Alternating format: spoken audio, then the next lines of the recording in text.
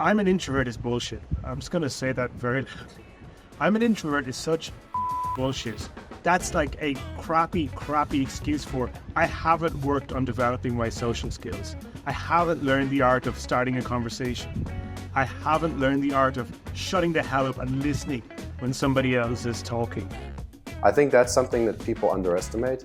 Don't despise or don't ignore the people that are like at the same level or a little bit below you, because that's your peer group that's going to grow over the next 5 years to become something. And those friends are going to mean a lot. You've only got one mouth to speak, but if you've got 20 other people out there saying good things about you, like that's a form of leverage. It's very powerful. I mean, a few people come into the industry thinking it's just write some words that are like 5th grade on words from the Google Doc, and you get in. But there's like a lot more to it than that. I came back around to the realization like that.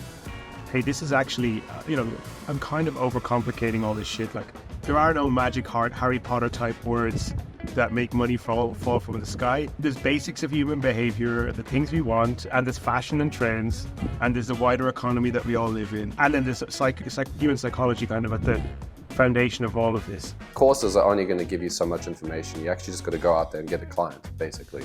What happens is that small things you do come back in really interesting ways. I'll give an example. Last year. So here we are today with the one and only John Caprani, the man who actually introduced me to consulting. It was a really great conversation. It was like we were just chatting, just casually chatting, and I was like, "Hey John, how do I get into consulting?" And John tells me, "Just start calling yourself a consultant and start learning the skill." And so, since hold on, I didn't say anything about learning the skill. I just said calling yourself a consultant. You just said it's enough. Once you call yourself a consultant, people will believe you after a while. Yeah, well, I did actually learn a little bit of the skill as well. Otherwise, I would have had, quite a bit of imposter syndrome about it. But no, I'm really happy that you're here, John, because we've done a lot of, great stuff over the last year together. We've had a lot of good conversations, and I think you're a really, really talented marketer. So I always learn something from you when I chat with you. So thanks for joining me.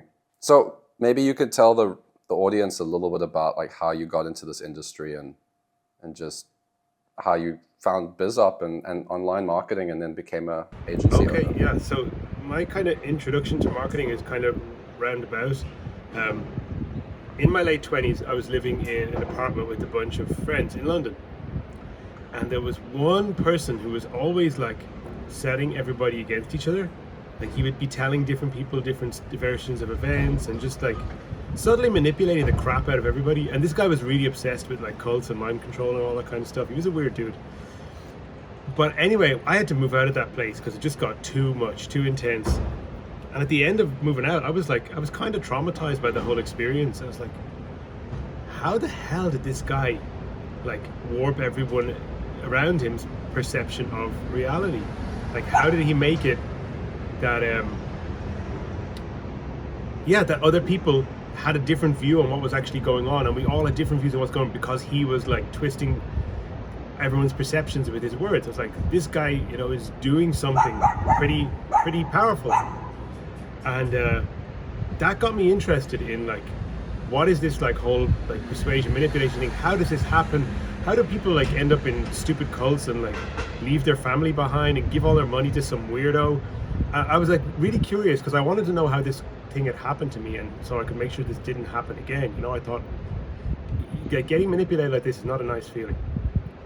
And so I got interested. I found it like different things. I got interested in hypnosis and other different stuff like that, and a little bit of that NLP stuff, which I think is kind of like hypnosis repackaged for the corporate market.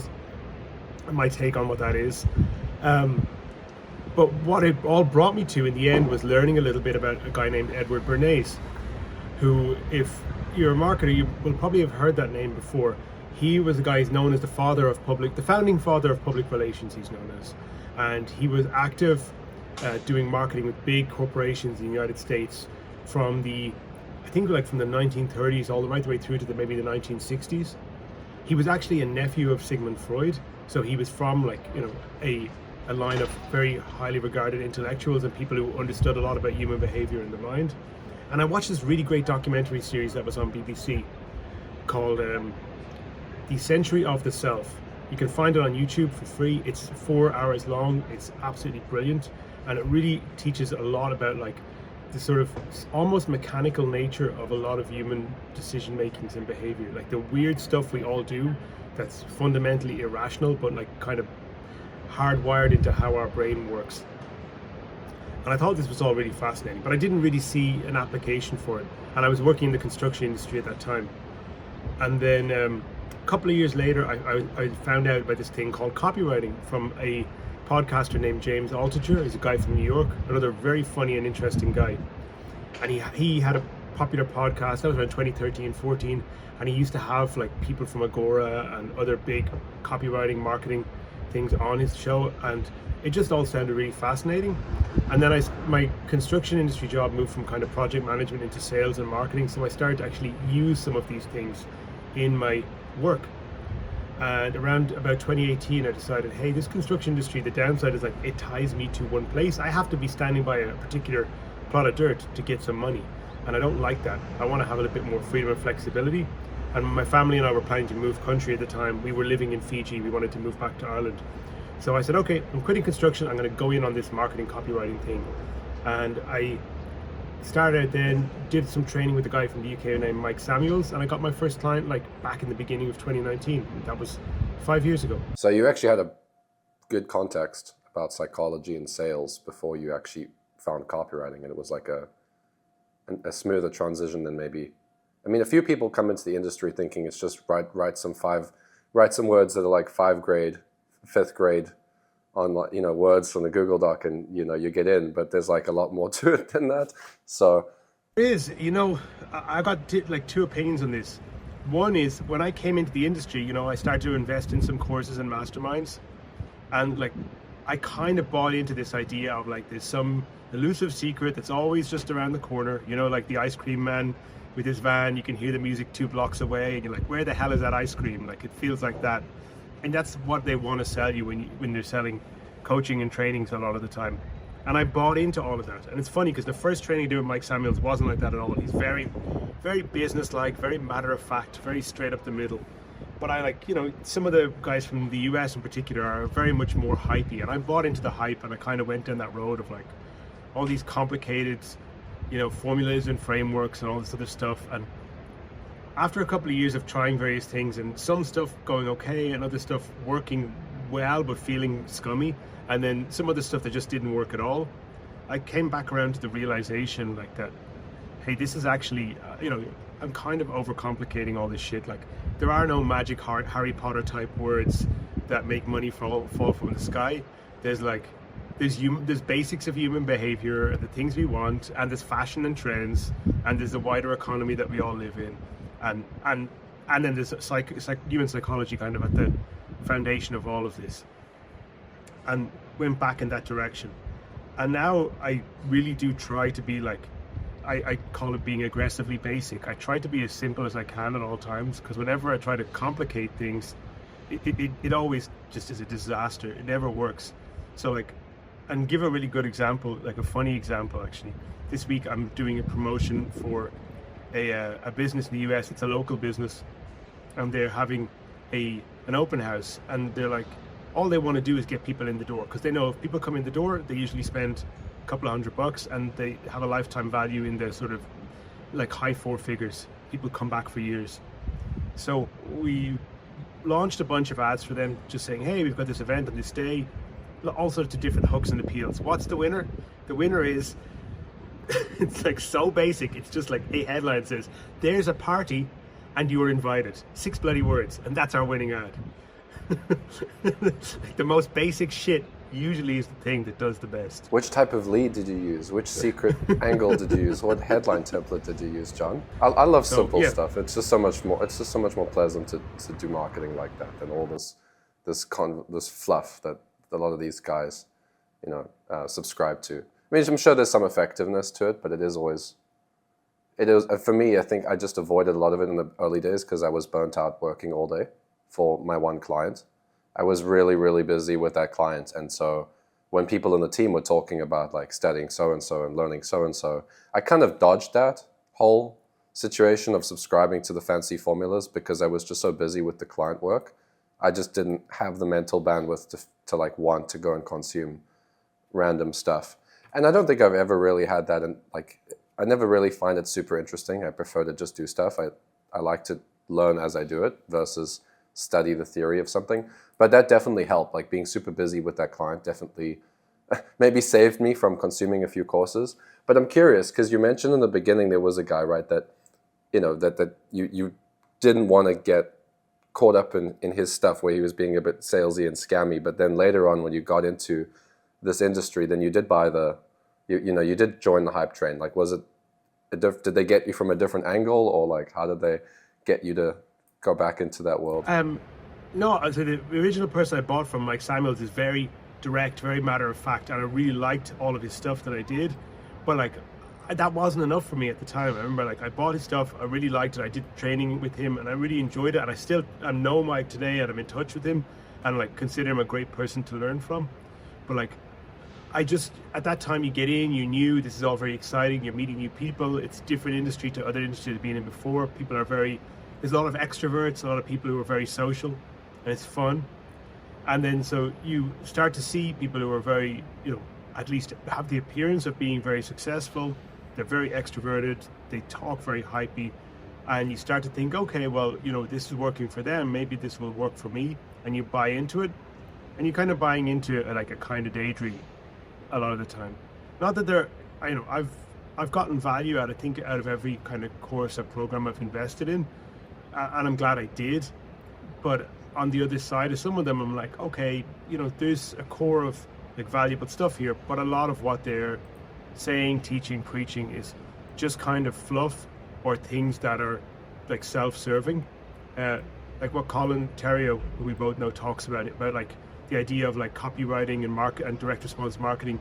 Like, there's two parts to it. There's the actual doing of the work, that's one part, and then there's like the fandom, like all the products that are sold in the industry as like ostensibly as training or the latest strategy. And maybe they are, maybe they aren't, but really in the end, like, there's a handful of stuff that's the fundamentals, and it just gets dressed up in new ways. So a lot of those products are kind of just sold to people who are either new in the industry and really excited about learning all this new shit and feel like, oh my God, I've got to do all this stuff. Or there's the person who's kind of been in the industry a long time, maybe often at the fringes of it, and is like, maybe not quite ever made that progress and never really seen behind the curtain where the Wizard of Oz is pulling those funny levers, and still thinks that secret is around the corner and is just constantly spending their money on new stuff. What you and I would know as like maybe a biz op junkie. There's a lot of biz op junkies out there. Yeah.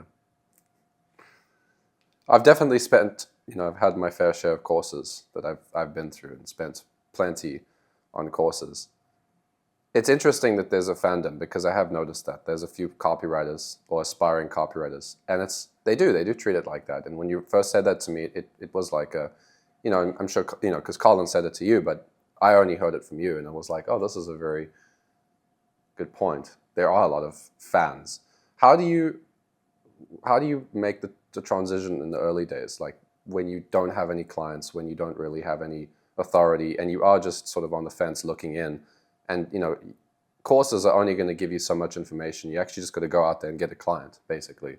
But like, what was the thing that helped you to just make that transition? I mean, you were even in a 9-to-5. Okay, so yeah, when I was in my 9-to-5, I did things in a kind of stupid way, which was I was in a situation in my 9-to-5 job where I was working for essentially a crazy person, and that crazy person was really pressuring me to become a partner in their business, and there were some elements of that person's business that made me feel like if I became their business partner at some point in the future, I may become their co-defendant. So I decided I wanted to get out as quickly as possible.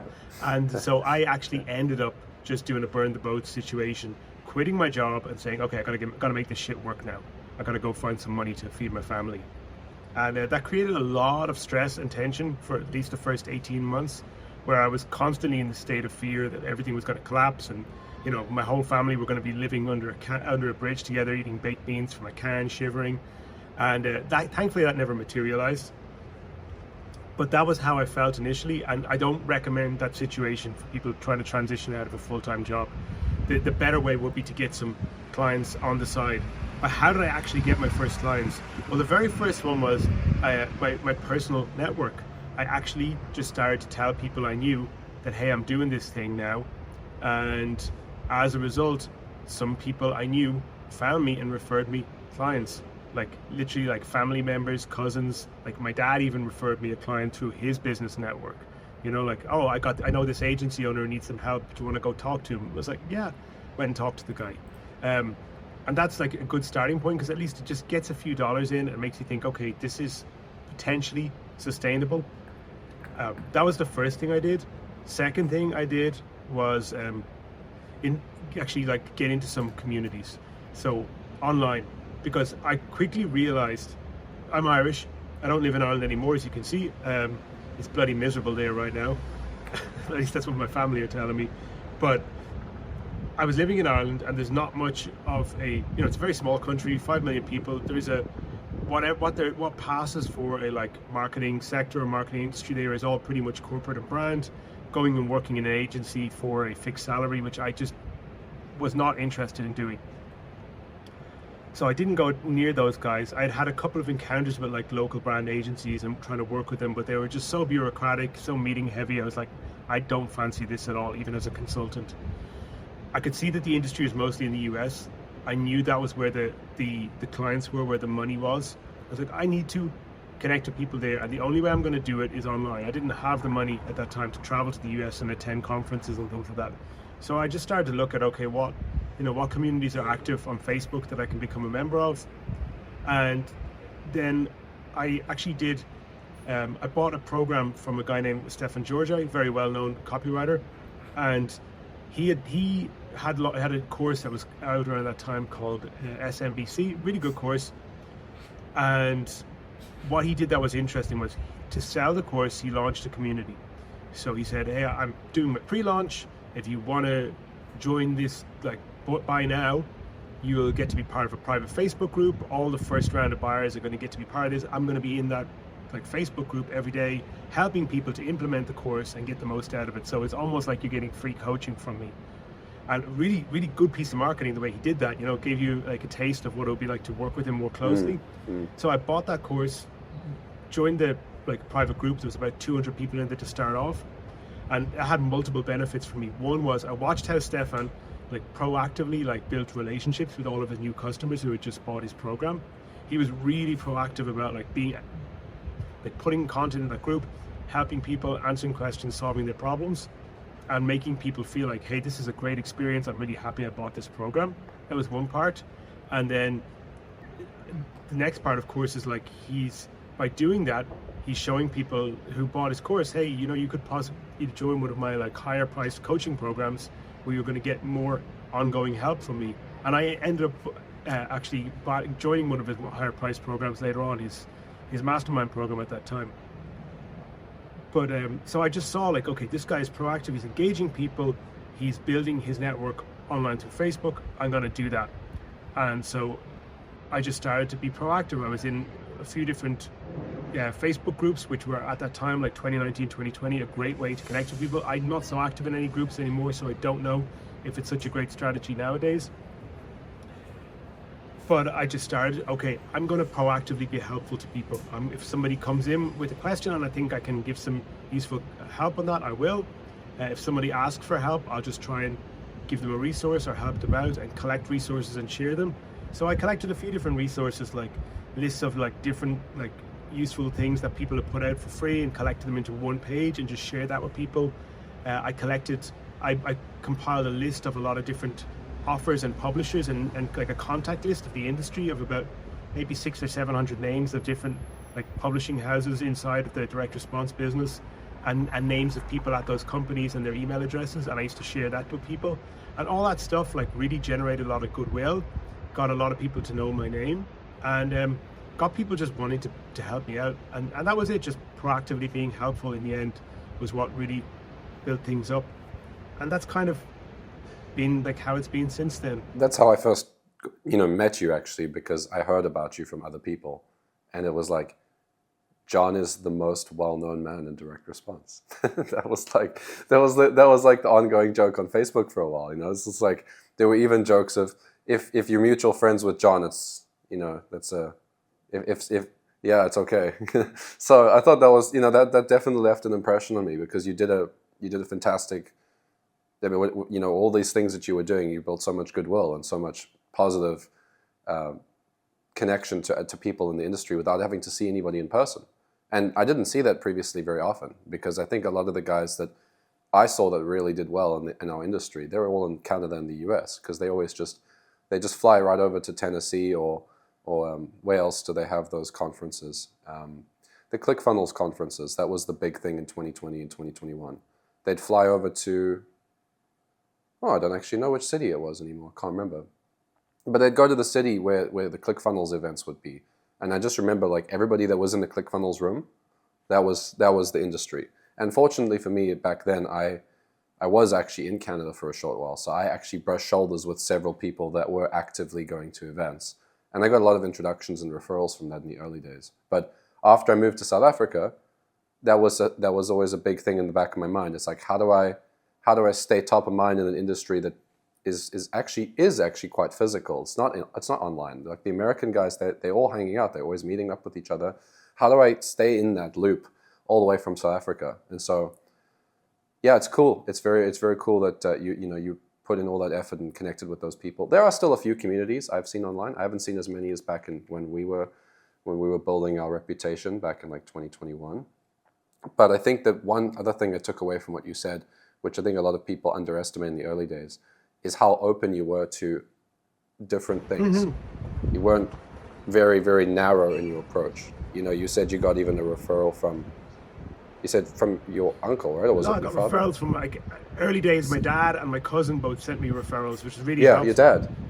Yeah.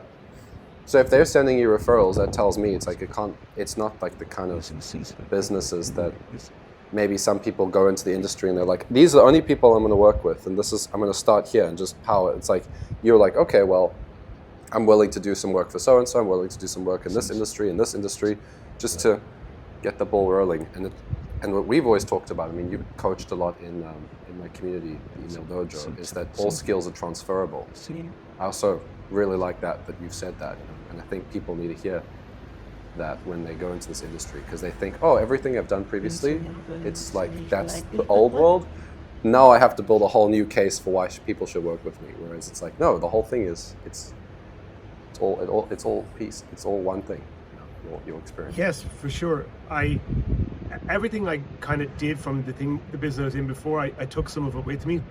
I'd already kind of started to take an interest in marketing, because I was doing sales type job in construction, and I was having to sell products, put together packages, present to people. I was doing resort development work, so we were selling like expensive, you're selling people $100,000 kitchens and like $150,000 window packages for their $6-7 million beach house, that kind of stuff. So you do have to like learn to actually make a sale, and those were all face to face, where you're meeting people often on site or that kind of stuff. So I started to use that. I was like, okay, well, these skills of having sold in person, they have to be transferable. I'm going to use some of these in this like copywriting marketing world. And yeah, as far as client selection goes, like my dad referred me to a branding agency that did government contracts. My cousin referred me to a guy who had a gambling, like a bookmaking business that is in the gambling industry. One of my first clients that I picked up myself was a guy who had an SEO agency. So like I looked through my list of like all the old clients I worked with, and it's pretty eclectic. Like there's all kinds of different stuff. I didn't feel like I had to just go all in on working for like an Agora Financial. I'd actually applied to do one of their UK division at one point around I think 2019, and gone through this application process. But and they were suggesting, would you like to come over? But in the end, I didn't proceed any further with that, because they were like, you have to be physically in London and come into the office to do this. And I was like, no, that's not for me. I want to do things that are fully remote. I'm glad I did it with what happened in 2020. But like, I was willing to do a very broad range of stuff. And I felt like you just keep on like throwing some darts at the wall. You're going to hit the bullseye sooner or later. And then the other part was, I think as well, with the stuff to do with like Facebook groups and like networking online, I just saw it as like, if I do stuff that is proactively helps people, or even just have positive engagements with new people, the more I do that, the more often it's likely that someone's going to speak positively of me to other people when I'm not even there. And if you can get people talking about you in a positive way, it's extremely powerful. Like, you know, you've only got one mouth to speak, but if you've got 20 other people out there saying good things about you, like that's a form of leverage. It's very powerful. Yeah, it's the secret these days. Because I mean, the people I'm working with, all the guys are getting retainers and deals, like right now, as we speak right now. Like some of the outreach approaches that they've been using have stopped working. Some of the application approaches they've been using have stopped working. Even the social media presence has not been as effective. Just over the last short while, it's just been some anecdotes I've heard from them, and like it seems to be the case. But all the people closing deals, they've got a strong network of people that know them and talk positive with them. And it's like I see this pattern more and more today than I did a few years ago. And it's like I see that as, I mean, you know, we talk about this. I see that as like the future of copywriting in 2025 and onward. It's like if you don't have a strong network, you're going to have a really, really difficult time. Copywriting has become this biz op, this biz op for people, and there's so many people that want to get into it, and just the volume of outreach and cold messages and just spamming business owners that I think it's like, as a business owner, I wouldn't want to deal with that. I just want to work with people within my network. So it's like networking is pretty much the future of getting clients in this industry, in my experience. Yeah, I mean, I've removed myself from pretty much all like the different job boards and marketing groups. The only one I stay in is Colin Theriot's now, because I just like Colin a lot. I love his perspective on things. But even then, I don't use that in any way to get clients anymore, although I have found it quite effective in the past.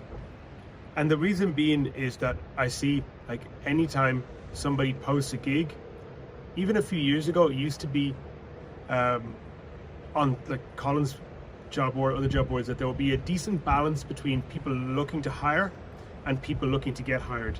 But now it's gone in this really skewed ratio where like it's 90% people looking to get hired and 10% people looking to hire. And that 10% of people who actually post the job, and some people don't do a great job of posting. Like when they post a job description, it's very vague and they don't get good results. But even the ones who actually have like very specific, like here are the requirements, here's how to reply, follow these steps, you'll still get like 20 dumbasses below, like, DM me, bro. Oh, let's chat. Like this kind of stupid shit is like, no, this person is giving you instructions of how to apply for the opportunity that's in their company. Just follow their goddamn instructions and you might have a chance. But so like, I just feel like anytime someone posts a job in a job board now, it's like fucking RIP, RIP your inbox. Like, God bless you. I hope you've got a couple of days free to go through all this bullshit. So yeah, obviously if somebody comes to you with like, hey, I know somebody, they're good. It doesn't have to be like they're amazing, they're the greatest marketer, they're the greatest copper. Like, I know somebody, they're solid, they're trustworthy, they're reliable, and we've worked together before and it's been a positive experience for me. They don't have to say like, oh, he made me $20 million or some stupid shit like that. It's just like, this person is reliable, trustworthy, and easy to work with. That's the bar. I was like, shit, yeah, I'll take that over the 500 random dumbasses in my inbox right now. Absolutely. It's crazy and so obnoxious too. The way that people do it is so funny. Like, I even posted a year ago or something. Like, I was looking for it was like a videographer or a creative guy just for one of my clients. Like, I posted on behalf of one of my clients, and the people that messaged my inbox, still got a guy follow up with me the other day. Like, you still serious about hiring somebody for that position? Like, here's how I'm gonna. Like, still serious. Yeah, I'm very committed, I'm very committed to hiring that person. It's like, I even left a comment, update, position filled, and people still sending you a message, like, I just think that the bar is really low, but at the same time, it is very difficult for people to break in right now. If you're just going to try and bulldoze your way through and push your way to get clients, like, you need to build relationships. What would you say are some of the most important things that you can do to build relationships, even though you can't see people in person? Look in the conversation for people's expressions of problems they've got, of questions they're trying to get answered, of solutions they're looking for. And if you know somebody you can help, suggest, hey, I do know somebody who might be happy with this. Would you like me to introduce you to them? I found that to be really, really powerful. It does a bunch of things. It lets them know that you're somebody who's resourceful and has access to other good resources. It lets them know also that you're not some greedy person who's just trying to snip up, grab every opportunity for yourself. So it's not like, hey, I could do that for you. No, like, if somebody, I get messages all the time. Like every week I get reliably 3 to 4 messages from different people I know in the industry saying, hey John, I need a closer, do you know somebody? Or hey John, I need somebody to do some video production for a project that's coming up. Or even, hey John, I need a copywriter for this type of offer, do you know somebody? And sometimes if it's something that's a fit for me, like these days if it's running advertising or some type of, occasionally a copy job, if it looks like an interesting project, I'll take it on. But for the most part, I'm like referring those gigs to other people I know. And doing that is really, really powerful. Just like helping other people. Every time you send somebody else help, they feel like they want to help you too. It's very, very, very powerful thing to do. I've got so many people out there who I've sent them a referral somewhere along the line, and I have never asked them, if someone says, hey, I'm going to send you something, I'll say thank you very much, I'll accept the gift gratefully, but I'm not asking them for compensation. I'm not trying to insert myself in the middle of somebody else's transaction and take a percentage off the top. I don't think that's a good idea. But what happens is that small things you do come back in really interesting ways. I'll give an example. Last year, there was a company I was doing some work with, and they needed some people to do some outbound calling. So I actually reached out to a friend of mine, said, do you know somebody who could fill this role? He said, yeah, I know just the guy. He then introduced me to another guy. And then the second guy, I put him in touch with my client. They go off and do some business together. Don't hear from him again other than he sends a quick thank you. No problem. Fantastic. A year later, out of the blue, this guy gets back to me. He's like, hey John, I have a client who needs some help with advertising. I've seen you've been posting about that recently, and maybe you could talk to her. So we did, and then I've been working with that client for 3 months now, and we've done a bunch of projects together. It's been really, really positive. So there are both things, like letting people know what you're doing, so actually putting content out there regularly, but just helping other people with opportunities and not trying to just I need all this stuff, I need to get everything for myself. It's if it's not a perfect fit for you, then it's somebody else. If somebody reaches out to me about copywriting for e-commerce, 9 times out of 10, I'm going to say that ain't me, but I know somebody else who can help. And that's kind of it. It's a long game, for sure. There were a few people I remember that were up and coming maybe 3 years ago. They were really getting started. They were making $1,000, $2,000 a month, and they were working with some entry-level clients, I guess you could call them. And I just remember back then, I had some opportunities I didn't want to take on because they just weren't the right fit for me anymore. And I gave these opportunities to some of these up-and-coming writers, and they were so appreciative. And they've just completely dominated their side of the industry. We've got one guy, he's making close to $1 million a year now. Another one built a massive agency in the fitness world. Another one did some other crazy stuff I'm hoping to interview soon. And it's interesting because back then they weren't people that anybody knows. And so I think a lot of people think I only should talk to the people that are super successful and only go after getting attention from somebody that's already, because I'm going to get something from it. But when you actually just zoom out and you just say no, I'm helping my colleagues, we're all helping each other.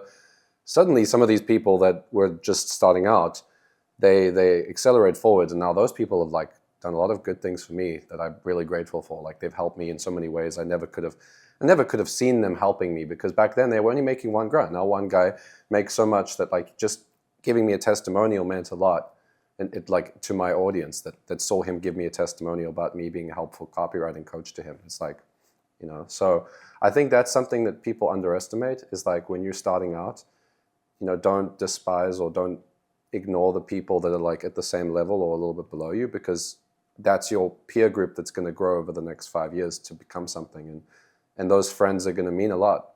So another important thing is talking to a wide range of people with different skills, abilities and interests, because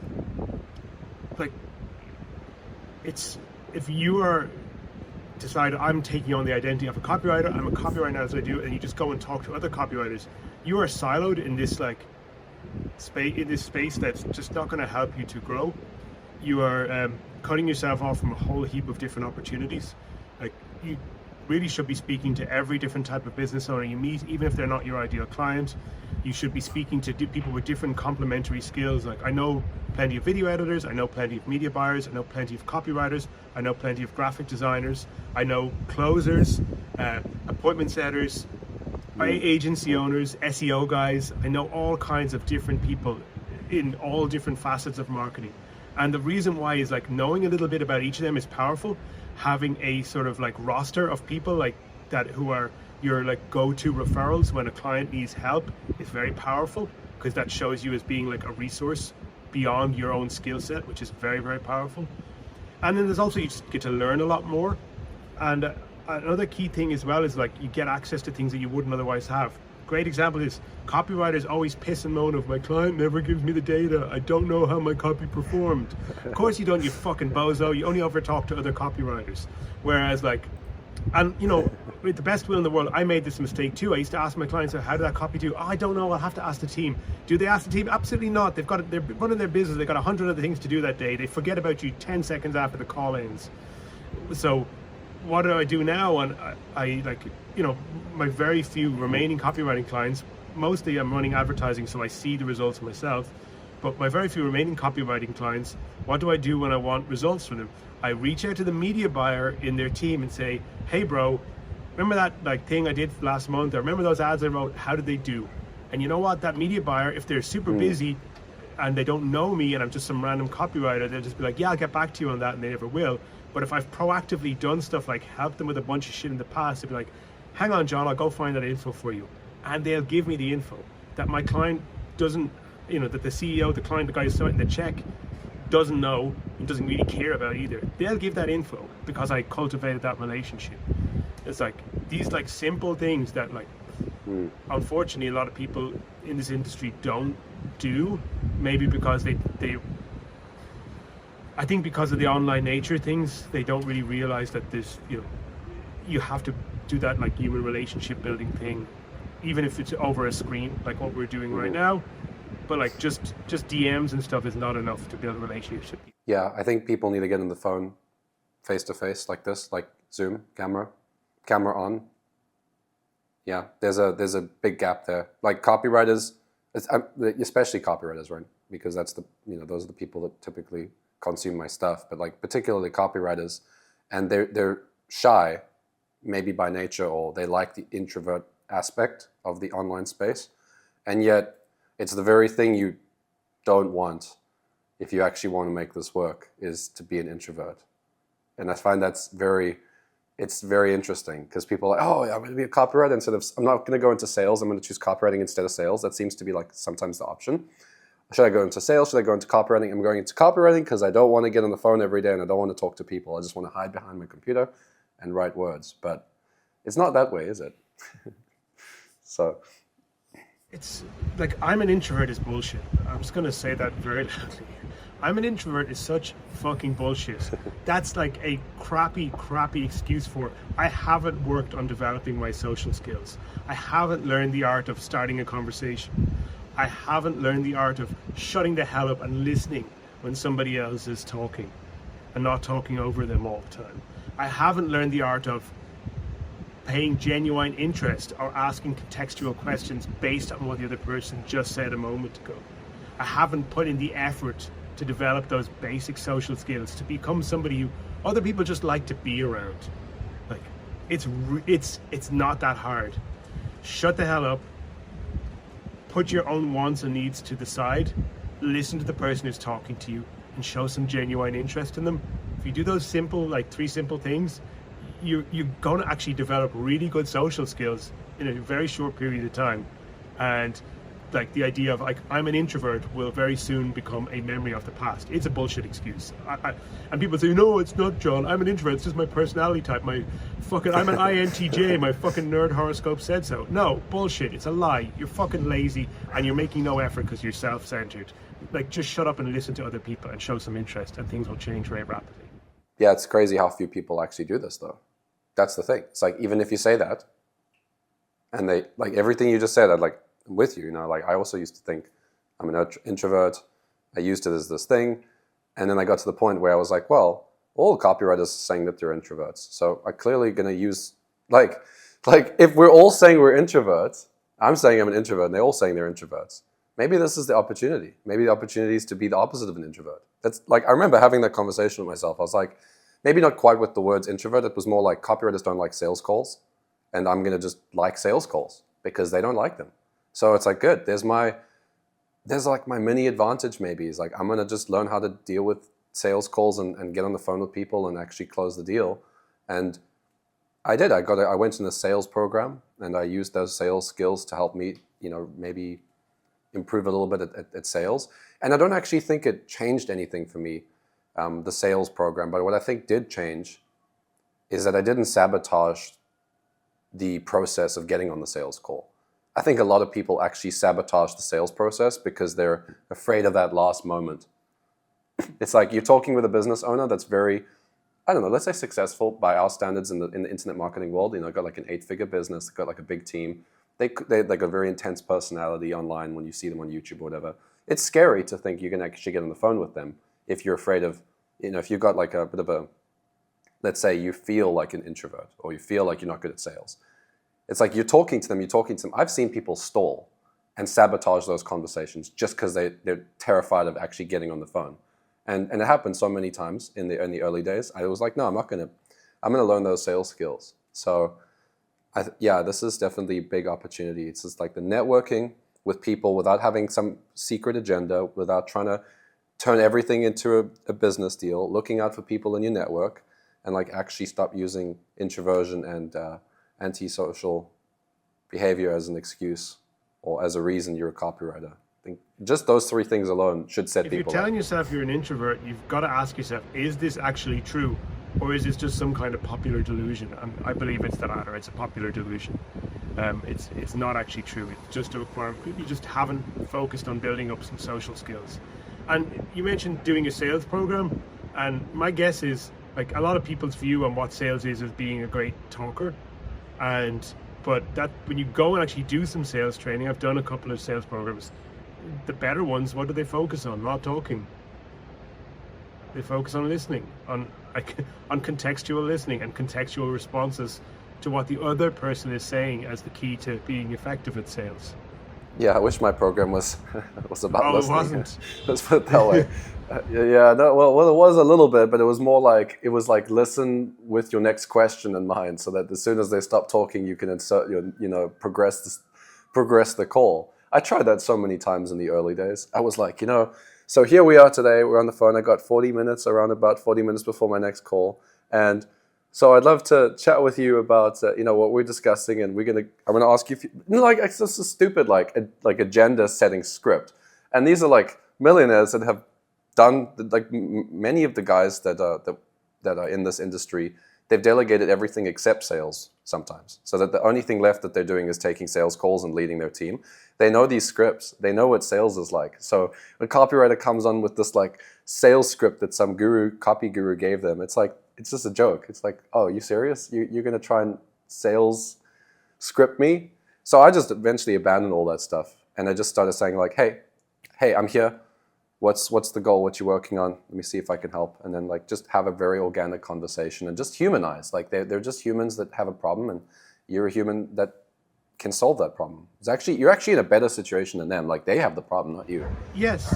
So the sales thing is like those scripts work well in a situation where the other person has a lot less info than you, has maybe lower agency, less feelings of self-esteem. Like they're almost a form of bullying, I think, a lot of the time. And that shit ain't gonna work on somebody who is already financially successful, who has high agency, is used to managing other people and telling others what to do. For basically, that's how they make their money, is telling other people what to do. That person is not gonna be impressed by that, or like generally, actually, it's not going to be an effective way to communicate with them, usually. And it's like with the copywriting stuff, if the stuff that you use in direct response, consumer facing copy, if you try to use that to win yourself a gig, it's probably not going to work, because the feeling is like, hey, I'm a good, someone is like a high level, I'm a marketer, like that shit's for civilians, don't fucking pull that shit on me in a one-to-one encounter. Right now we are going to just have a conversation. Like that's what we deploy in a production environment to sell our products. This is not what we are going to use to do some conversation about business. Mostly I think they feel that way. So yeah, like not saying, not that you shouldn't have a framework, you shouldn't randomly show up on like a sales call like, hey bro, how's it going? Like you do show up with an agenda, you appreciate you've got 20 minutes or 30 minutes of that person's time, and hey, nice to meet you. We were talking about this today. I want to just hear a little bit from you about what's going on, what you need. And then if there's something I can do to help, I'll tell you a little bit about me and potentially how we could work together. And that's all you need to do. And then you just shut up and listen to what they say. And the most respectful thing you can do is like, if you're confident that you could help them, great. Now once they've told you what their need is like, okay, can I tell you a little bit about what I do and how maybe I could help with that? And they'll usually give you an okay and say, yeah, let's do that. Or if it's not for you, the best thing you could say is, hey, that sounds really interesting, but I'm probably not the best person to help you with that. However, I do know so many great people in this industry, and I've got one person in mind in particular who would be a perfect fit to help you solve this problem. Could I give you a referral introduction to that person instead? As I don't believe that I'm the best person to help you right now. Usually they're going to say yes. Usually they're going to be super stoked that you've been honest enough to say you're not the right person for the job. And quite often that person, if you make the introduction, then the next part is make the introduction to a person who's not going to fuck the whole thing up. That's another topic entirely. But if you introduce somebody useful and good who helps them out, that client is coming back to you at some point, usually in the next 6 to 18 months, like, hey John, thanks so much. Really appreciate you referring me to X. We did some great work together, and now I've got this other problem I need help with, and maybe you could help me with that instead, or maybe you could help me with that as well. Same process again. Like second time around, if you were the person that can help, yeah, I absolutely can help you with that. I'll tell you how I can do it. That sale is made pretty much the second time around, because they're like, he wouldn't have said it. He's already established that he's not going to go after a gig unless he's confident in it. He wouldn't have said it unless he's confident. Let's do this, and it's just so much easier this way. Like so much more trust is built by saying no when it's not actually the right fit for you. Comes back down to that frame, right? That you're actually not there to siphon cash. You actually want to help people. You actually want to help the businesses that you work with. I want to get paid. I want to make money, but I've done enough shit in my life at this point where I've said yes, where I should have said no, and regretted it like hell 3 to 6 months later. Like, even this year it happened. Like I said yes to some shit I said no to. Ended up 3 months later, the outcome is a person who is like, not very happy with me right now, and a relationship that probably doesn't have much of a future in it, business-wise, because I said yes to something I should have said no to. Anytime you are in an interaction with somebody, a sales interaction where you don't feel confident that you are in a good position to help, the best thing you can possibly say is no. And give a referral to somebody else if you can, or just be like, I'm not the best person to help you with this, but here's what I could help you with if you need those things in future. You build so much more trust that way. It's just so much more helpful, and it's better for you, better financially, better for your stress and peace of mind as well.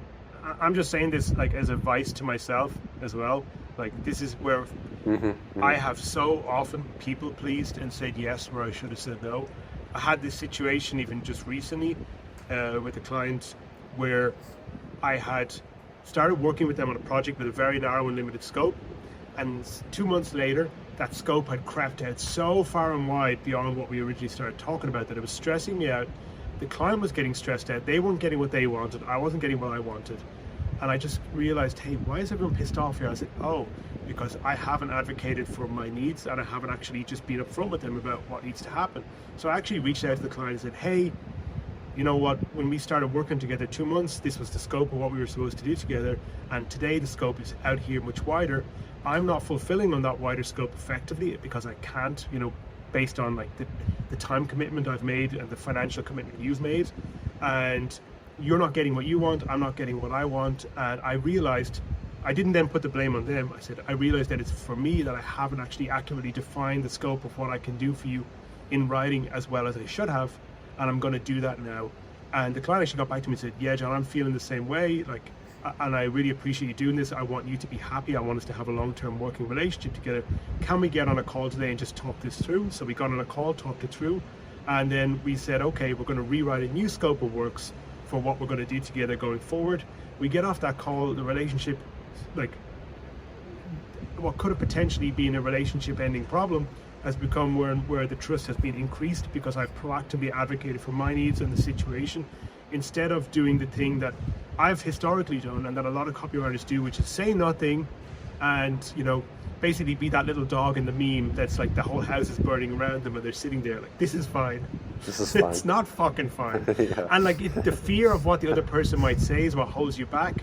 But more often than not, like, people appreciate the candor, they appreciate the courage to speak up, you speak your mind, and for you to say, hey, this isn't working right now and it's not working for me, which means it's probably not working for you.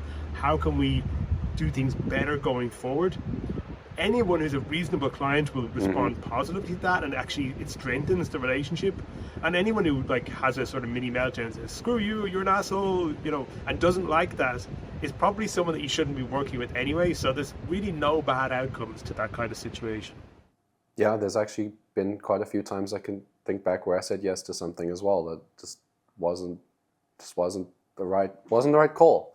Would I have said no going back? Maybe, but I think I felt I needed that lesson. I needed to see how it like I needed to see the ship sink in order to see why you don't say yes to certain things. You know, like I took on a client that I think it was a good learning curve, but like looking back, it probably wasn't the best use of my time, and it just didn't work out. They didn't enable me to actually do my role. There was like so much little politics in the company that like I couldn't actually implement any of the stuff I wanted to do. And then it was my fault too, right? So it was like, it was also my responsibility. The outcome that we got was on me. And then it was like, I did see that going into it. And I think I just said yes because I wanted to. Well, I've always been the guy that says like yes and then figure it out. That's always been my mindset, you know? And it's like, there is now a balance to that because I got more experience. But how do you know in the early days, like if you should say yes to something because, you know, maybe you're not completely capable yet, but you need to learn that skill? Where's the like balance between saying yes for the growth versus, you know, okay, this is actually not aligned with where I want to go. I'm going to say no to this, even though there is potential for growth. Yeah, I'm glad you brought that up because I realized that some of what I've just said might sound a little contradictory, especially if you're earlier on. And I realize a lot of people who watch you, Matthew, are sort of copywriters who are relatively earlier in their career and don't have a huge amount of experience yet. And it's like, they may have to say yes to doing something that they haven't done before. And that's totally fine. So, and it's sometimes hard to have confidence that you can do a good job before you've done a good job.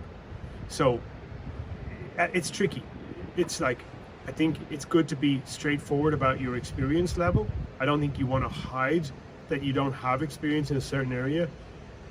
It's really hard. You got to make judgment calls on this. For example, if you get on a call with somebody and you've only ever written done email marketing, and they say, I need Facebook ads written. You might say something along the lines of, hey, you know what? How about this? Like, I'll proactively, like, I'll write you some 3 Facebook ads to get started. Actually, let me preface that. I would usually, like, if they're going to have the money conversation, they want to work with you, I would, as part of that conversation, talk about what your fees are, how much you're going to charge, and say, hey, but before we get started, I'm going to just write the first couple of ads for you up front before you spend any money with me. I'll send them over, review them. If you like them, I'll send the invoice and we'll go ahead and start working together. And if you don't like them, no problem. They're yours to use and test anyway. And maybe you come back to me later on and say, hey, those ads actually performed well. And then you decide to work with me later. So that's how I would typically approach that situation where I'm not feeling super confident or I don't have a ton of experience or case studies behind me. The other thing to do is if you've been doing this stuff, is like proactively creating some stuff beforehand, like, you know, just like writing. Like, I've gotten so many clients from my Facebook posts where people just said, hey, they sent me a DM and said, hey, I like how you write. Like, lots of things can be demonstrations of competence beyond like experience of doing that specific thing for that specific type of business. Like, if you are speaking with a client who has a biz op selling a specific type of product, you may not have sold that specific type of product to that specific market before, but if you have some proof of results, like you've generated some results for a client before, or you've written something like that before, or you're willing to actually proactively make some custom samples for that new client to show competence, those things are all ways to do it. And you absolutely do have to say yes to things that are beyond your current domain of competence. But like, the difference, I guess, is you don't have to feel 100% confident to say yes, but I think you should probably feel 80% confident that you can do a good job. If you speak to a client and they say, hey, I need somebody who can like write my copy for my ads and actually run the campaigns as well, and you've never seen the Facebook Ads Manager, you probably shouldn't be more than 20% confident of your ability to succeed in that. But if you have, like, for example, a good friend who is a media buyer, and they've shown you a little bit of the Facebook Ads Manager, but you haven't run campaigns yet, and you reach out and say, hey bro, hey sis, I got this client who wants me to run their Facebook ad campaigns. I know how to write all the ad copy, but I just don't know how to set it all up. Could you spend an hour with me in the Ads Manager and we do it together? And you've got that resource, again, you've built your network, then you could still say yes to that gig because you've got somebody in your corner who's got the knowledge and is going to help you out. And like, sometimes clients will come at you with things that they want, like a multifaceted thing. They want a sales page. They want all the emails written. They want the pages actually built. They want you almost to provide agency service for them. Like, they want the pages built for them in ClickFunnels or in Go High Level or in some other kind of platform. And if you are just like an isolated solo copywriter, you're like, yeah, I can just write your copy for you. But again, if you've built your network, you say, I've got this friend over here, she's a freaking amazing designer and funnel builder, she kicks ass. I got this other friend over here, he's like, a really good media buyer. I have this other friend, she's a fantastic email marketer. And it's like, you know what, I've got a whole team I can bring in to help with this. I can't do all of it alone, but together we can actually put it all together. Would you want me to put together like a campaign proposal for you to do the whole lot as a package, like on an agency basis? And a lot of clients will say yes to that. Because what clients really want, they don't really want copy. They don't really want funnel. They don't really want graphic design. They don't really want video editing. They don't really want any of these services. What do they want? They want their shit out there in the world. They basically want their sales process to be working online. It's not that they want money, of course. They want something that performs well. But it's like, they want this problem. I need to get a sales funnel created for my business to promote my product to the world so people can see it and buy it. So the more of you can just think about it, it's like, my job is not to write copy, my job is to solve problems. If that problem goes beyond writing copy, then I can either provide other services and skills that I offer myself, or bring in assemble a team of colleagues who I know and trust have the competence to help and proactively solve the problem that way. And you can generally, increase the amount of money you make that way too. It's really another case for why you need a powerful network, because the quality of your opportunities is going to come down to the quality of your network then. Because it's like, you can't say yes to certain things if you don't have the resources.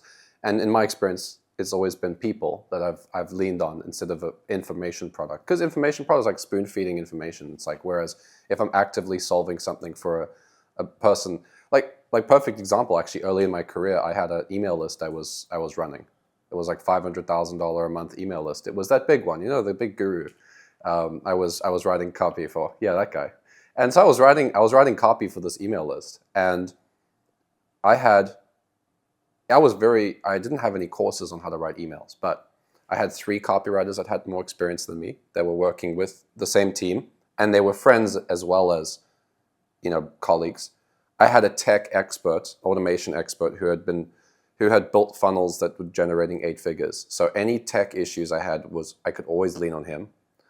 And with those 4 people, I was able to write good copy, and I was able to deploy it onto a list of people that was very, very big. And back then, like, I look at that experience, and it's like one of the biggest lists I've still worked on. Like, even now, I haven't worked on lists quite that big. I mean, it was like 1 million active subscribers, But I was able to do it because of the people. The people, excuse me, I was able to do it because of the people around me, you know, and having those people around me, it's the same today. It's like the people around me still support me with any gig I do. Is like, can I do this? It's not about can I do it. It's about like, can we, me and my network, are we able to solve whatever that problem is? And I also like what you said about like the initial, let me write you a couple ads first before, you know, I send you the invoice. And I think that's a really great solve if you're in the early days or you're not sure of a project. Like one-time project, just set up a one-time project.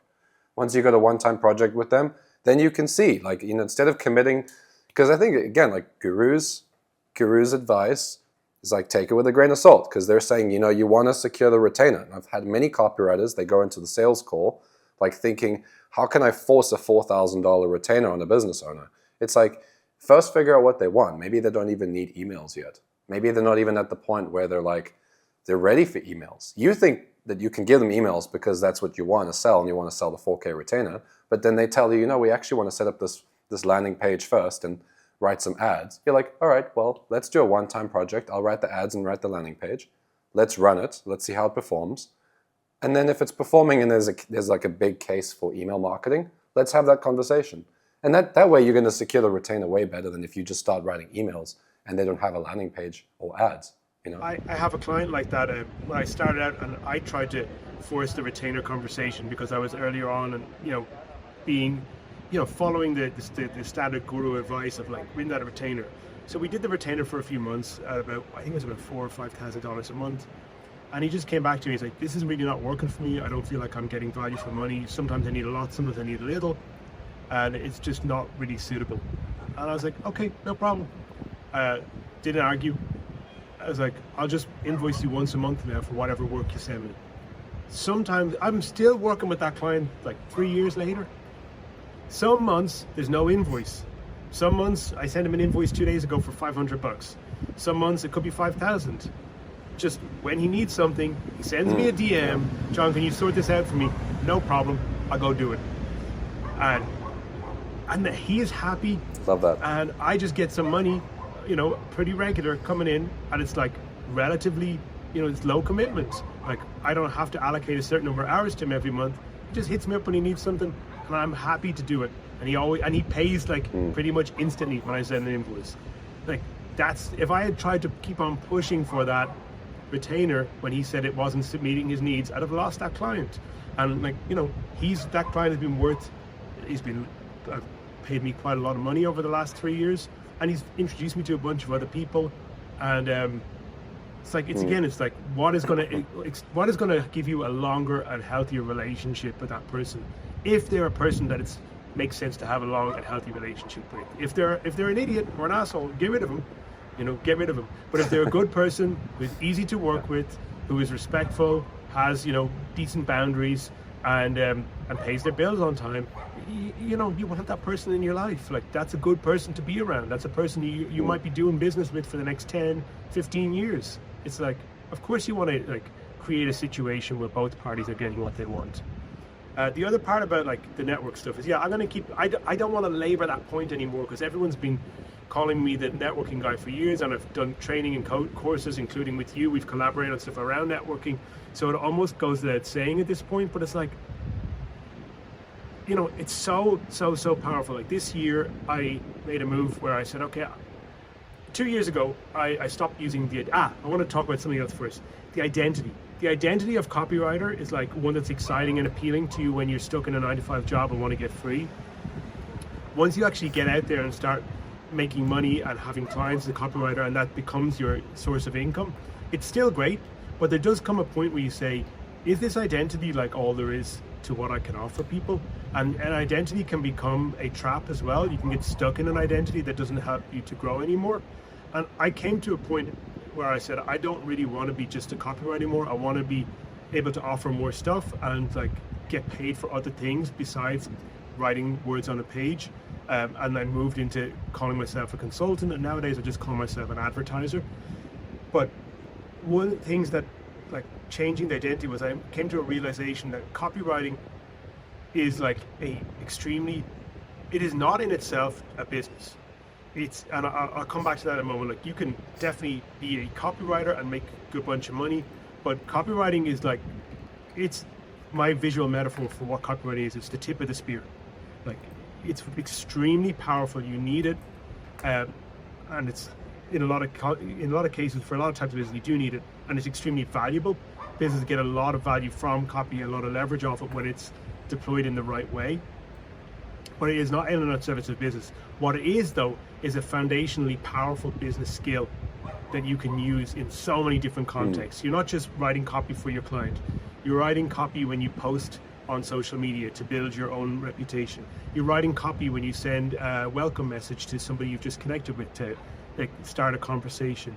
You are writing copy when you create a proposal. That's one of the funniest things. I did a great training with a guy named Trevor Toecracker Cook last year, and he was just flipping my head around. He has a thing he calls it the silent sales formula. I can't remember, I hope I got the name right. He has a training he sells on this, where it's like your proposals for your work. You know, everyone forgets about being a marketer and copywriter when they write their proposal. They just write this boring 3-page document that's just like a list of deliverables.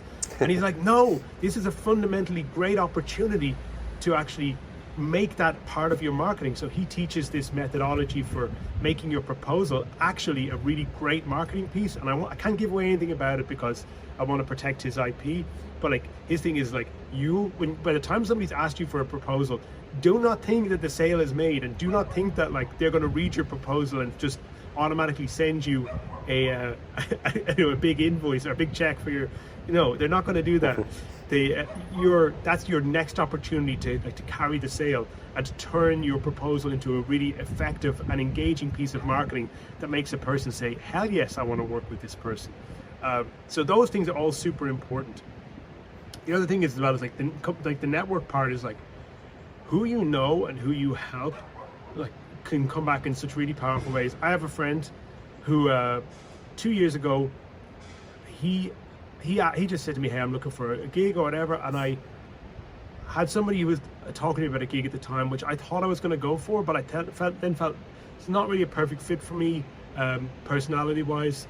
And this friend of mine, I just thought this could be a good fit for him, so I said, actually, I'm going to just refer you for this gig instead. So I referred him for that gig, and he got it, and he made some good money. I think somewhere close to $10,000 out of that gig.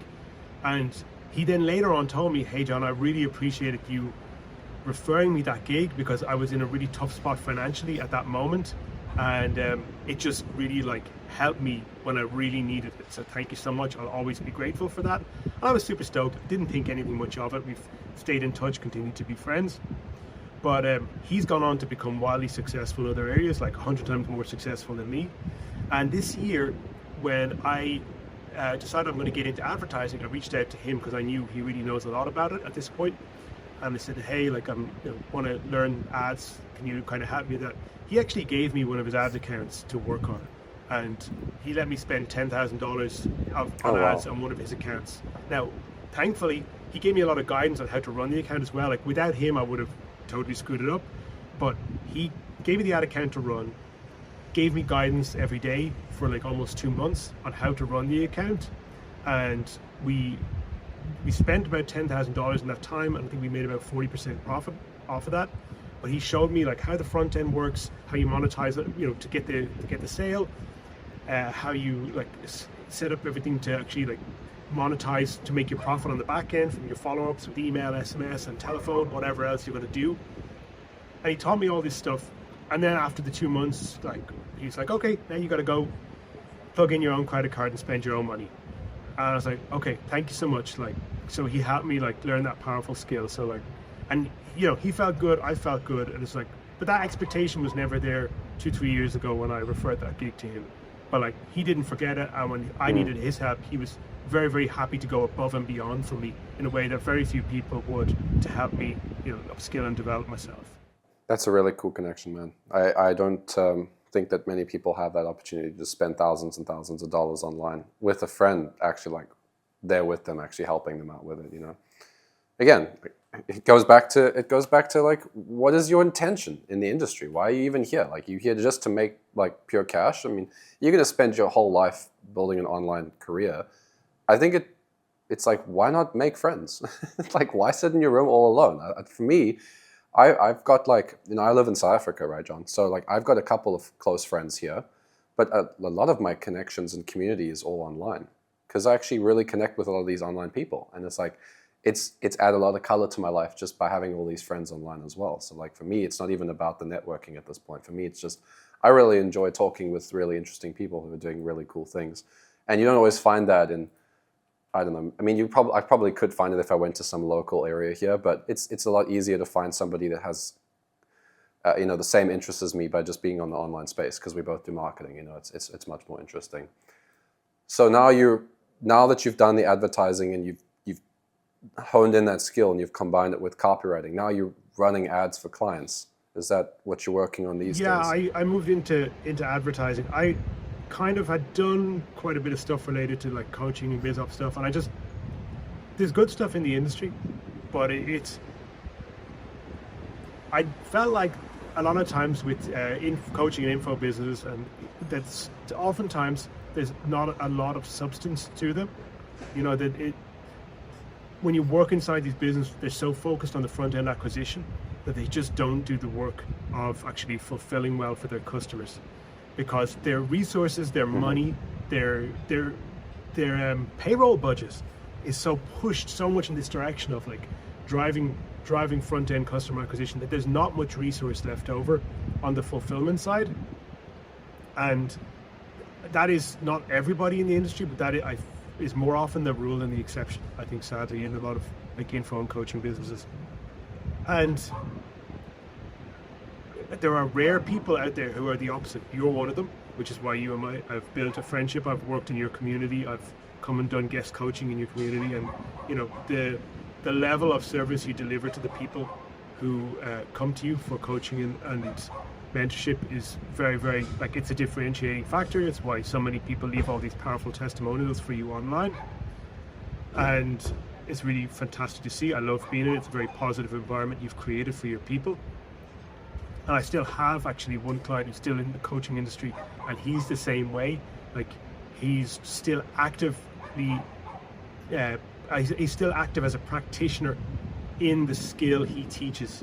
So like, he's showing up in his market every day as a vendor, as well as teaching people who are maybe 3 to 5 steps behind him in that market. And I think that's a very, very important and powerful thing. But I just felt like I wanted to do something that was a little bit outside of the space, and that was more about kind of brick and mortar and more about real grassroots business.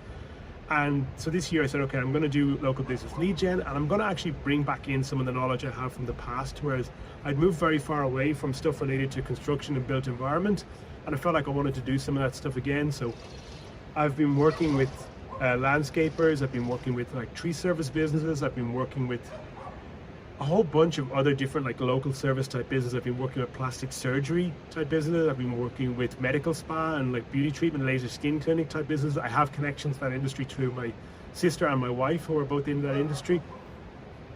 And it's been really, really interesting. I've learned a lot. I've had some stuff that's worked really great, some stuff that hasn't worked as well. And at this point now, I'm actually looking more towards the skill of advertising is really, really valuable. I love when a campaign just works and you see like, a lot of interested people hop in. I'm working, Barn Builder's another one. I'm working with a barn building company, and it's just great when you see like, people can go online, spend $100 on Facebook, and have people sending requests to them for estimates and quotations for $100,000 or $150,000 worth of construction work the same day. That part is really, really great. And one thing I've loved working with local business, where I've got to now, kind of maybe 6 or 8 months into that journey, is realizing that just like in the world of copywriting, is that the client you serve is the limitation to how far you can go. And with a lot of local businesses, the challenge is that business owner typically has it sort of set up as not quite a lifestyle business, but a semi-lifestyle business. Like, they have a certain team size that they're comfortable with. They have a certain serviceable area that's local to where they live that they can potentially drive to. Usually it's 20 to 30 miles is what's comfortable for most people. And it's obvious because they can't be spending more than 2 to 3 hours a day in their car, or it becomes very, it's a massive drag on their time and productivity. So now I'm looking more into working with businesses that have multiple locations, or now these kind of these actually really interesting is learning about pay per lead, and this something like affiliate marketing, where in the info and coaching space there's a lot of affiliate promotion going on. The same thing exists in brick and mortar, where there's aggregator markets of people who are, if you sell things like, if you're generating leads for tree trimming, or if you're generating leads for car insurance or those kinds of things, there are actually marketplaces out there where people will buy every single lead you can produce, and they have massive scale. So that's the direction I'm moving towards now, where Oh, that's interesting. you can actually, instead of having to have 10 clients and servicing them all on a small scale, you can work with one network, and they have hundreds of clients that they will just basically act as an intermediary, sell your leads for you, and take a percentage in for the service. I've never really heard of that, but it's like copywriting is going to be a useful skill there, no doubt, as well. So that's cool. Yeah, it's like, copy is really, really powerful. I don't ever want to talk it down or denigrate it, but I do think that it's good for copywriters to have perspective of where its place is in the marketing, like in the whole range of marketing assets you need to get something out to the marketplace. Copywriting really is the tip of the spear. You have to know exactly, you have to have a great offer, you have to know who it's for, and be able to actually access the audience you want to sell it to. And if those two things are in place, then copywriting is that final piece of leverage that makes all the difference, but it only works when those other elements are in place first. I think it's a good thing. I think it's just people just need to realign their expectations of the industry, of the nature of the industry today. Back in maybe 2015, copywriting could be, you could use it and leverage it in the way that you can generate, maybe $100,000. I mean, this Clayton Makepeace, he was making crazy amounts of money from some of the royalty deals he set up. I haven't seen as many of those deals around, in my close network. I feel like a lot of the business owners have moved away from pure copywriting, and they've built personal brands and other things to support their marketing efforts. That has actually reduced copywriting, especially now with BizOp copywriting, like a lot of these copywriters. Copywriting is transitioned more into just a service, just like you would have any service, like an electrician, a plumber. It's just an online service. And I think people having the expectation that they're going to just take copywriting and just be a copywriter and make $1 million, it's not really realistic anymore, I don't think. I think it's more like, use copywriting as a skill, you treat it as a service, you're going to get paid like a service provider would get paid. If you're an electrician, there's a cap on how much you're going to make and how many clients you're going to be able to serve, and that's okay. But then you can always take the service of copywriting and combine it with, like what you've done, where you've become an advertiser, and there's leverage, there's the scalability. You can use the skill to build a service business that reaches more people. And I think that's a cool thing. Like, as copywriters, a copywriter realize, I'm going to use this skill, I'm going to get paid to learn the skill, I'm going to get paid to service clients. It's going to have a cap at like a reasonable income level, but then I'm going to transition out of just being a copywriter, and I'm going to transition into, whatever I feel like it aligns with where I want to go, and build something that you can make crazy amount of money from. And I think that's really where it's at these days. So yeah, I mean, if you think of the guys like, the famous people in our industry, the big names like Gary Halbert and John Carlton in the 70s, Gary Halbert in the 70s and 80s, John Carlton in the 80s, those guys they called themselves copywriters, but copywriting there was very different then. They were creating their own offers, they were doing their own direct mailing, they were doing the whole piece. They were really entrepreneurs. They also did a little bit of client work, but primarily those guys, if you read about what they were doing, they were essentially creating and selling their own offers. And then 90s, 2000s, there was a lot of big publishing houses, and like you mentioned the name of Clayton Makepeace and the great royalty deals he had. He was able to do those royalty deals because he was working with companies that had physical buildings, they had a big reputation, and they had longevity. So like somebody like maybe like a Guthrie Renker in advertising world, for direct response advertising would be a name that's still around today. Some of those Agora imprints are still around today, although not as big as they used to be. Those companies have a physical location, they have a reputation. Their reputation is based on, they pay out their copywriters their royalties. And so copywriters could enter into long-term royalty deals with those types of organizations that had longevity and a strong reputation in the market, knowing that, hey, if I do my part, the checks will keep coming. And there's still some, I think, bigger publishers in maybe in the health and supplement space that are like that too, that are still around. And there is some of that generation of like 90s and 2000 copywriters are still active and still have those kinds of deals, which they built through their networks, of course. They didn't just randomly spam a Facebook group to get those deals. They worked hard to build a network to be able to negotiate those deals, and they have the smarts and experience to do it. So there's a bit of that still around, but it's not, it's like the space as it is now in the last few years, especially with BizUp, it's easy come, easy go. Someone has a hot coaching offer, it blows up organically. They say, shit, I can scale the hell out of this. They say, okay, they get in an advertiser, or they run the ads themselves, or they get in the right agency. They blow this thing up, and it goes up to multiple millions. It's really hot for 2 to 3 years, and then, as you say, the market, the market moves on.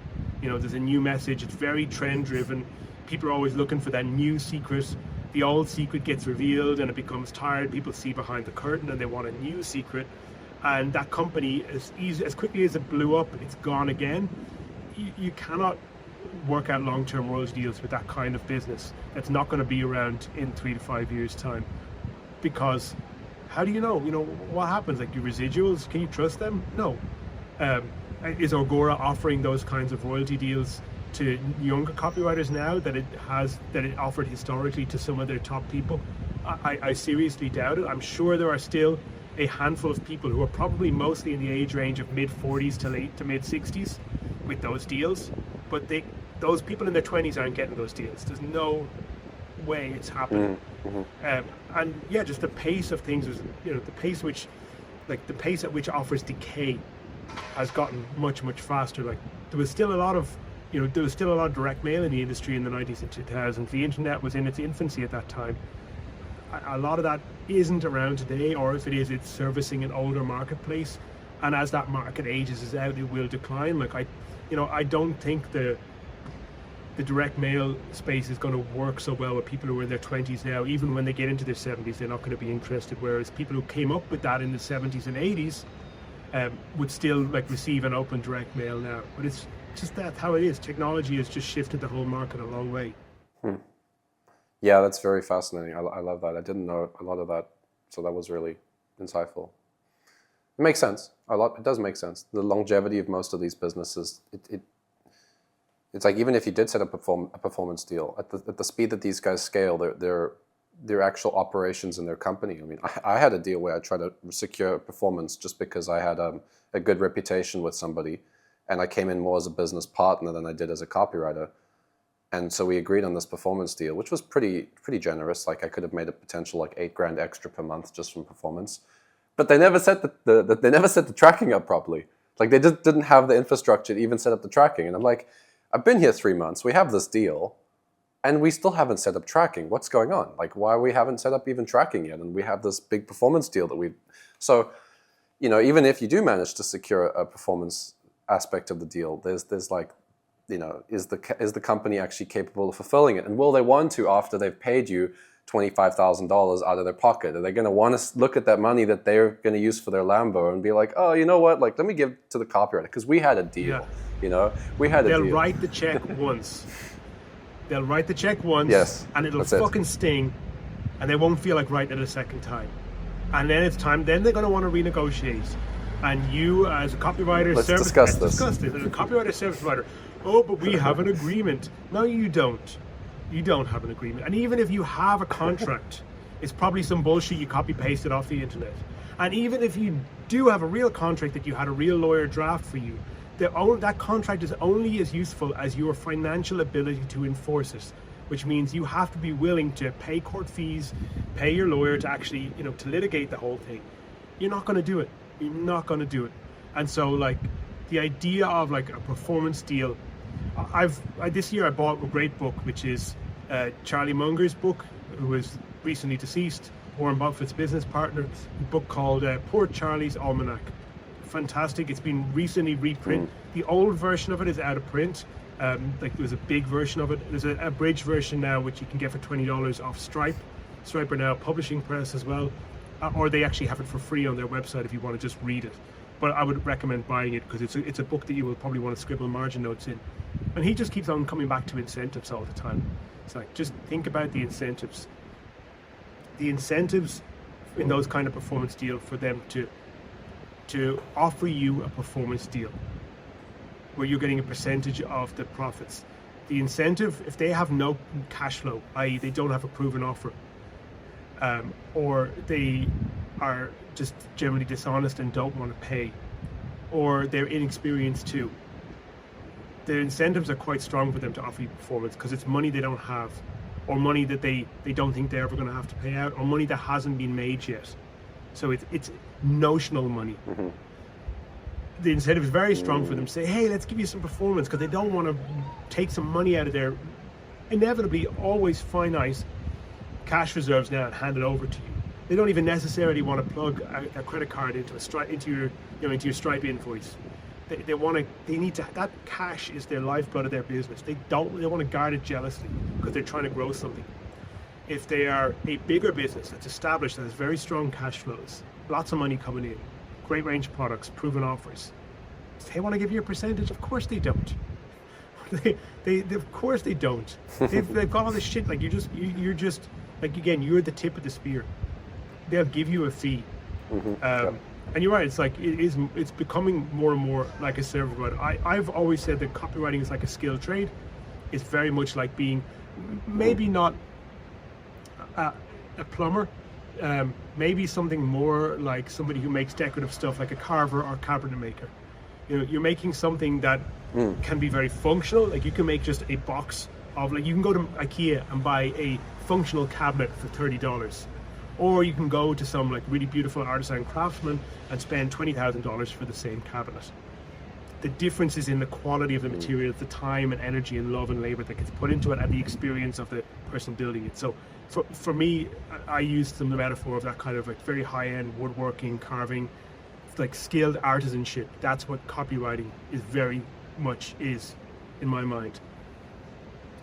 And I just see it as like, that's how it is. It's like, you're much better to see it as that kind of service provider. Not that you can't get a performance deal, you absolutely can. But the number of companies that you could trust to do that kind of deal with are very few. And then, so what does it come back to? Your real opportunities as a copywriter are eventually creating some of your own products, the way that the kind of people like the legends of this industry, the John Caprani, the Gary Halberts, and in a more modern context, maybe the Ben Settles, have done very successfully, of take that copywriting skill and use it to be your own client. That's one thing. Or create a business like an agency type business is another option too. Yeah, you serve offers, or you create your own offers, and you basically use those skills to market them. Yeah, I mean, working for clients is fantastic. It's great. It's where you get so much opportunity to see the inside of different businesses, to learn how those businesses work, to get paid, to actually like cover your living expenses, to have something that gives you a lot more freedom than any employment does. But there probably will come a point at which you'll want to do something where you have ownership, and the way to do that is to either do something where you become an equity partner in somebody else's business who has complementary skills that are different than yours, or to start your own thing. But the idea of like those big time royalty deals is probably, not all that realistic. I mean, in terms of people in the current context who are very big name copywriters, Stefan Giorgio would be a great example. Like, he is known for being a copywriter who was very prolific for many years. He's still writing copy, but what is he writing copy for now? Businesses that now he's got a partnership deal in. For the most part, he's like an equity partner in business. He sort of invests, and then he becomes a marketing consultant and copywriter to those businesses. He has an agency of some sort as well, and he also runs like a training and education business too. Yeah, it's difficult. I think it's difficult to get this, like as a copywriter now, to try and approach it with the same way that everybody previously did it. It's such a quickly evolving industry, especially like with AI as well. Like AI has changed the scene a little bit as well. Like maybe it hasn't changed the actual skill, but it's definitely changed the perception of value that copywriting brings to the table for many people. It's affected it's not affecting people of the top 10%, but the bottom 90%. Yeah. like, yeah, the 90% below them, it's probably hurting them a lot. I've been surprised by people who reached out to me this year and said, I haven't had any work for 3 months. Somebody who I know was probably closing in on making close to $1 million a year just from copy and consulting, like 2-3 years ago, actually said like, hey, I got to start my own business now because that model ain't working for me anymore. And I don't think AI is solely responsible. I think it seems like this year people have just been tighter about their spending. That's, macro stuff. People have a perception on how the world is right now, whether they want to spend and invest. That's one part. Stuff that I'm not, qualified to really talk about. The AI thing has been another leverage point where it feels like the top 10% of people in the industry who are really, really great at their craft, it's allowed them to become maybe 3 to 5x more productive than they used to be. So they're scooping up, like they're essentially like, it's like having a fishing net that's with a really long handle, so they can dip down into the 70 and 80% and scoop up some of the gigs that those people would have been getting and take that work too, Or they used to be able to, they used to need to actually hire 3 to 5 other copywriters to be their copy cubs to be able to fulfill on all their client obligations and then do quality control and copy chief. And nowadays they don't, they just work with AI, and they can, instead of having a team of 3 copy cubs who are oftentimes a pain in the ass to manage and to mentor and to actually to like put a lot of energy and love into, and only for them to go and leave after 6 months, to be just say, you know what, I'm just going to actually spend time learning this AI stuff and just be able to multiply my outputs as an individual. It's like, yeah, those people get leverage that way. So like, there's a lot of people who don't have gigs they used to have, and then for people at the very bottom, it's like, well, people now who there's a huge, people used to talk about like copywriters coming in from non-English speaking countries where they have like, weak English, and they're like competing, and it's not up there at the very bottom of the market. And it's like, no, because those copywriters can now write what they wanted to write in their native language, feed that into GPT and say, translate this into English for me. Oh, interesting. Or they can write it in their like, sort of school level English and say, hey, can you edit this for me to make it like, 5th grade level English or university level English? And so they can actually use ChatGPT as an editor to improve the quality of their output. So like, that puts people who previously were really stuck with their like language skill, but maybe still have the competence and copy, on a level playing field. I know one guy in Pakistan, a guy named Shahzad Khan, who runs a coaching and course, and has been really, really intelligent dude. He's like, he didn't sell copywriting as this mass biz up for anyone can become a copywriter. He marketed to professional people, lawyers, engineers, and high-ranking civil servants, like people who have got good careers, who are highly educated, smart people who are proven their ability to learn. He markets only to them, and he says, hey, here's your second income where you make US dollars. Because like their government salary or their local client fees are all being paid to them in Pakistani rupees, where the exchange rate is terrible. They can live okay in the local market, but to buy things like aircraft tickets to travel, to support a kid to go to college and university in another country, or even to buy an imported product like an iPhone or a MacBook, it's hard for them to do that in the local currency. So Shahzad's whole thing is like, this is your side income where you make money in US dollars, and you can use your US dollar account to go buy that iPhone, and it doesn't hurt you so bad. Or you can send your kid off to America to university with the money you're making on the side. Like, it's just so cool the way he's done it. So yeah, like, and like that ChatGPT for his students solves a problem where it's like, they have good English, but it's a different dialect. They like, if you've traveled in Asia, like you'll know that, or if you've traveled anywhere, you'll know that British English is substantially different from American English. You come to Ireland, the way we speak English is very different to the way British people speak English. Like, our dialects are different. You go to the west of Ireland and it's very different to people on the east of Ireland. You go to Scotland, you go to Pakistan, you go to India, you go anywhere, you go to Australia, you go to New Zealand, you go anywhere that the British colonized over the past 300 years, and they all speak in English, but it's all different flavors. So even for copywriters out of Australia, or for me, Like I can use ChatGPT to have a look at mine and say, can you take this writing and edit it into 5th grade American English? And I will often do that to make sure that my things like my spelling, my punctuation, even stuff like, 10th November instead of November 10th. Like those things, those little things where they may not be immediately visible, but they'll make somebody feel like, what the hell? Like they'll just trigger that little sensation of unfamiliarity. The small fine details that you don't notice as an outsider to the culture make a huge difference. And so like those things mean that there's a hell of a lot more people, and they all want to sell into the US market because that's where the clients have money to spend on marketing, but also that's where clients have an understanding of the value of marketing and a willingness and desire to invest in marketing a lot. Just found that working with people from the US, they're very, very happy to spend on marketing in a way people from other countries are much more skeptical of it. They know marketing works. They understand that it's part of the cost of doing business. They allocate some of their revenue towards it. And it's not like this is just some expense. This is my investment in growth. They think about it differently. And I pretty much, for the most part, find that they're just easier to do business with for that reason as a marketer. Yeah, I think that's been my experience too with the American market. And also the customers in America are like a little bit more willing to spend money sometimes. Whereas like, they all have credit cards. Let's just say in South Africa. They all have credit cards. Yeah. In South Africa, it's like it is harder to sell somebody something. Whereas in America, people will be willing to put a couple $1,000s on their credit card. On their 4th credit card. A lot more comfortable. yeah. On another credit card, yeah. Yeah, because they're going to get some points, so it's okay. It's basically they're making money from spending. I get a free trip to Disneyland out of buying this thing. That's totally fine.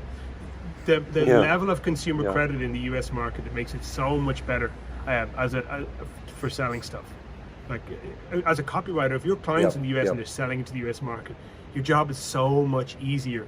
Like try selling shit into the German market where credit cards are like despised. Like Germans just don't like credit cards. They have a cultural thing against it. They think it's wrong. There's very few people who have them. Even debit cards are not always something that people have. They have like their own local banking systems there. So it's like, try to sell like a biz-op offer in the German market. It's just going to be so much harder. It's going to be difficult. Whereas people in the US have they have the financial means to do so. Whether they have the money or not, they have access to lines of credit. And credit spends easier than cash, because that's not today's problem. Finding that money now becomes 60 days in the future's problem. Yeah. And that's one part. And then just culturally, there's a culture of optimism. Like there's a culture of unreasonable optimism amongst people in the US, where they just assume that things are going to work out fine, even if they have no evidence to support that hypothesis. Whereas in Ireland, for example, people usually assume that tragedy is just around the corner, even if the fucking sun is shining. Interesting. I didn't know that. So now you're here in where you're on the coast of Spain now. You've moved away from Ireland. Yeah, we moved here a month ago. I'm in a little town named Gandia. There we are. I'm sitting on the balcony of my apartment. We're at the beach. It's really nice. We made a decision to move here. What we had said, my wife is from Fiji, so I met her on I went on this working vacation back in 2012 where this is a complicated story, but I'd been in Africa building boats with this Swiss dude. I was a craftsman at that time. And the project, we built this boat together, project ended, and I was like, I don't want to go home. Jesus Christ, I don't want to go home. And I was like, do you know somebody who might need help? And he's like, oh yeah, I got this German friend over in Fiji. He's like got a construction company. They're building tourist resorts out there. Do you want to go there? I was like, that sounds cool. So like he sent an email to his German friend. Hey Thomas, this is John. He had me build my boat. You need a man, right? And Thomas calls me up. Yeah, I need a guy. Can you come? Sure. I was single at that time. Yeah, I'll be there. And he emails me a ticket, a one-way ticket. So 2 weeks later, I'm in Fiji. I'm like, oh, this is cool. This is fun. And so then I met my wife not long after, got married, ended up what was a 6-month working vacation turned into 6 years. And then we got to a point where we're like, okay, we want to move. So we went back to Ireland. But even from the day we got back to Ireland, I knew we weren't staying long term. Like, I left for a reason. I think everyone should get beyond the patch of dirt they're born in their life, because it's pretty, but you're going to get into your 40s like I am now pretty damn quick, and you should see as much as you can. Being stuck in one place forever is not good for the soul. But going back, it was great to reconnect with family, get my kids some of their fundamental education over there. But we knew we were going to leave. And then and that was part of the reason of my transition to marketing. Is like, if I stay in construction, I don't have that mobility. If I make this move now, I was 38 when I left construction to go into marketing. If I move this move now, I have that freedom where we can move again in a couple of years' time. So I made that move when we left Fiji, moved to Ireland, moved into marketing, got going, kind of built up my reputation. And then this year, we had a bunch of like legal stuff to sort out to do with my wife's citizenship, which all got sorted out in the last few months. I was like, okay, now we are free, now we can go. And we said, okay, let's make a move. So we decided, okay, where are we going to go? And I wanted to be really focused on lifestyle, outdoor living, access to the sea to be able to, for the kids, and for just physical health. So like, we moved here a month ago. I feel better than I felt in 20 years. I'm outdoors, I'm breathing fresh air. I'm not sitting in an office with AC, you're not sitting indoors. I am swimming in the sea most every day. I'm taking walks on the beach every evening with my family. I'm like at the gym 3 times a week. We are eating like healthier, fresher food. It's all very positive. My living costs, are just a fraction. Like, they're about half of what they were in Ireland. Price inflation in the last few years has just been insane. So like, all of these things just contribute to lower stress, better health, and just feeling better about life, which inevitably makes you more effective at your work. And working online, doing these start learning the skill of copywriting is what made all this possible. So anything that I've said during this conversation sounds like it's criticism of copywriting. It's not. Copywriting is a fantastic, powerful business skill that can take you lots of different places. It's a great foundation that you can build upon and learn lots of other things, and it can help you to realize a lot of goals and get yourself out of, 7 years ago, or for 7 years ago, 15 years ago, whatever, when I got my first corporate job out of college, I was 25 and I was commuting. I was sitting in this office with all these sad, depressed looking people. I was like, this fucking sucks. I fucking hate this. I could see people who were 20 years older than me. I am not going to be here. I am not going to fucking be here. It's been a long way around to get to the point where I've in control of my destiny and freedom. And I feel like I've got so much more I've got to do now. I do have a long way still to go to get the things I want done. But in terms of family, health, relationships, and just being in control of my time, I get up in the morning and it's not like I have, no responsibility. I've got lots of responsibilities to fill. I've got people who are depending on me. I've got obligations and responsibilities to fill to people, but I get to do them on my terms. Yeah. That's what matters. I get to have my office sitting in front of the Mediterranean Sea. I get to go down and have a swim at lunchtime if I want. That's why this stuff is incredible important and powerful. Yes, I got a similar experience, John. I was in Canada in the dark, in this little mini basement. It's 9 months of the year, just clouds. Surrounded by communists. And now I'm sitting here in beautiful Cape Town. Not commenting on that. Came to Cape Town. And now the sun shines, the weather's beautiful almost all year round.